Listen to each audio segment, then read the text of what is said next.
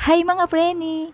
Noong mga bata pa kami, ay ito ang madalas naming merienda sa bukid. Dahil meron kaming tanim nito sa bakuran.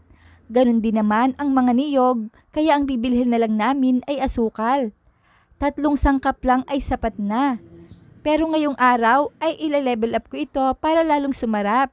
At nais kong ibahagi sa inyo ang sariling recipe ko nito. And I'm Fanny from Fanny's Cookery. At shoutout nga pala sa nanay ko sa pasalubong nitong gabi mula sa Mindoro. Sarili niya itong tanim.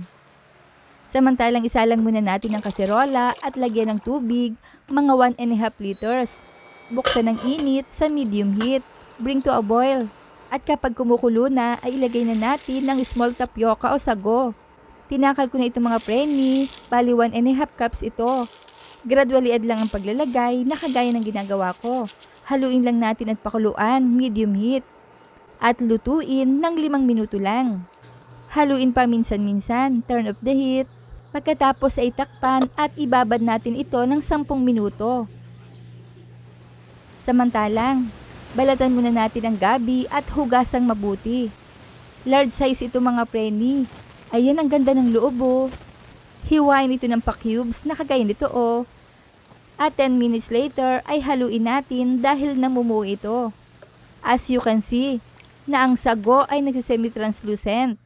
Pero malambot na ito ha. I-drain natin at banlawan under running water hanggang sa ito ay lumamig. Isalin sa bowl. At para sa kompletong listahan ng mga sangkap ay panoorin ng video hanggang dulo. Kita nyo ba yan mga preni? Dumami at nag-double size ang ating sago. At ang bilis nating naluto, 'di ba? At maganda pang resulta. Gamit tayo ng pressed niyog. Medyo malamig ito, kaya hot water ang ilalagay ko. Ayan at medyo malamig na. Pigain natin ito para sa first at second extract. Same process ito syempre. Sa una, konting tubig at sa pangalawa naman ay add more water. Salain natin, then set aside. Isa lang na natin ng kaserola at takalin natin ito para alam nyo rin ang tamang sukat. Ayan at bali 4 cups coconut milk ito, second extract. Turn on the heat at ilagay natin ang pandan leaves. Then mag-add tayo ng water, 2 cups ito at ilagay ang taro cube. Stir well and bring to a boil. At kapag kumukulo na, saka tayo maglalagay ng white sugar. 1 cup lang muna. Haluin hanggang sa madissolve ang sugar. At may inihanda akong slurry o pampalapot. Rice flour at water mixture ito. Kayo nang bahala sa lapot na nais nyo. Or pwede din namang wala, depende na sa inyo. Then ilagay na natin ang 1.5 cup coconut milk, first extract. Haluin natin at bring to a boil. At kapag kumukulo na, ay ilagay na ang nilutong sago. Madami ito, 3 cups ang total nito kapag luto na.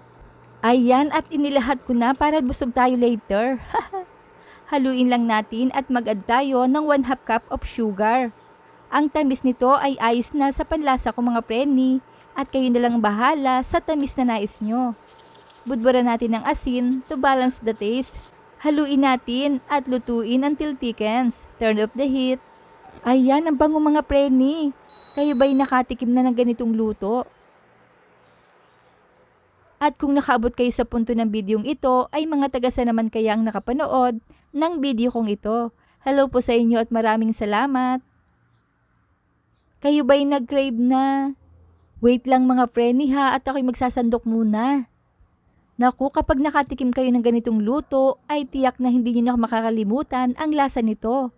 Hahanap-hanapin nyo talaga, promise. Mas gusto ko nga ito kaysa sa mga bilo-bilo kasi hindi ito nakakaumay. At kumusta mga preni, nagustuhan niyo po ba ang resepeng ibinahagi ko today? Tara, kain na po tayo. 4 na sangkap lang, pag pinagsama ay panalo ang sarap. Try nyo na rin. Kaya i-like, i-share at i-follow nyo na ako para updated kayo sa mga resepeng ibabahagi ko pa. Huwag kalimutan, cook with love. Thanks for watching. Bye-bye!